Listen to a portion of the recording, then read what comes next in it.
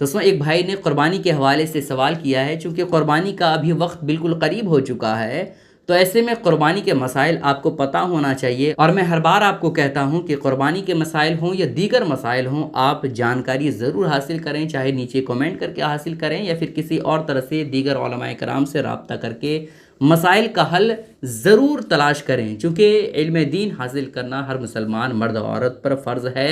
وہ سوال یہ ہے کہ ایک بھائی نے سوال کیا ہے کہ حضرت یہ بتائیے کہ پورے گھر کی طرف سے صرف ایک قربانی کرنے سے کیا سب لوگوں کے لیے کافی ہو جاتا ہے؟ تو یہ بہت اچھا سوال ہے۔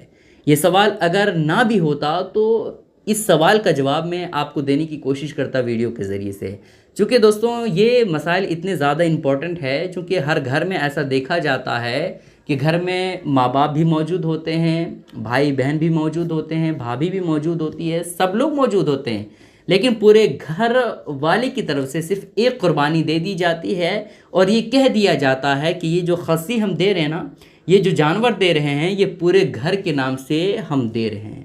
تو کیا ایسا کرنا صحیح ہے؟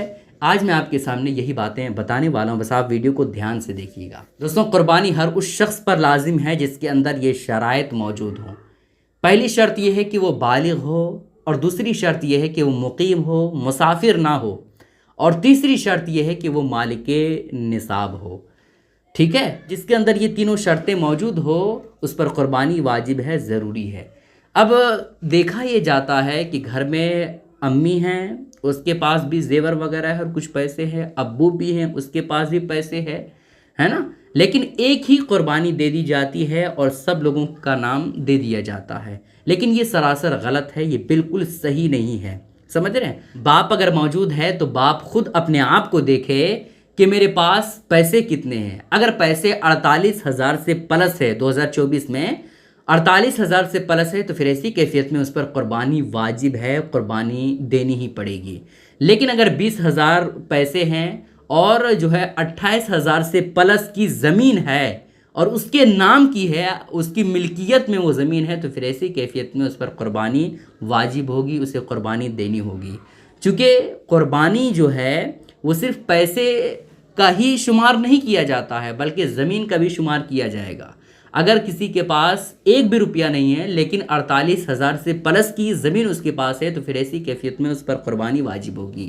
ماں اپنے آپ کو دیکھے کہ میرے پاس زیور کتنے ہیں، سونا چاندی ملانے کے بعد اس کا پیسہ دیکھا جائے کہ کتنا بنتا ہے۔ اگر چاندی 52.5 تولہ ہے تو پھر ایسی کیفیت میں ماں پر بھی قربانی واجب ہے۔ کچھ سونے ہیں، کچھ چاندی ہے، کچھ روپے ہے، اور ماں کے پاس اتنے یہ سارے اماؤنٹ ملانے کے بعد، سارے زیور وغیرہ ملانے کے بعد 48,000 سے پلس نکلتا ہے، تو پھر ایسی کیفیت میں اس ماں پر بھی قربانی واجب ہے۔ بھائی اپنے آپ کو دیکھے کہ اس کے پاس کتنے پیسے ہیں، اگر وہ بھی مالک نصاب کو پہنچا ہوا ہے تو پھر ایسی کیفیت میں اس پر بھی قربانی واجب ہے۔ بہن کے پاس پیسہ ہے 48,000 سے پلس تو اس پر بھی قربانی واجب ہے۔ بھابھی کے پاس زیور وغیرہ ہے، پیسے وغیرہ سارے ملا کر کے 48,000 سے پلس نکلتا ہے، تو پھر ایسی کیفیت میں اس پر بھی قربانی واجب ہے۔ سمجھ رہے ہیں؟ ایسا بالکل بھی صحیح نہیں ہے کہ پورے گھر والے کی طرف سے صرف ایک قربانی کر دی جائے اور بھیا سب لوگ بری و ذمہ ہو گئے، ایسا نہیں ہوگا۔ ایسی قربانی ہی نہیں کرنی چاہیے۔ ان باتوں کا خیال ضرور رکھیں دوستوں، اور دوسروں تک ویڈیو کو ضرور شیئر کریں، چونکہ اس غلطی کو بہت سارے لوگ کرتے ہیں۔ السلام علیکم ورحمۃ اللہ وبرکاتہ۔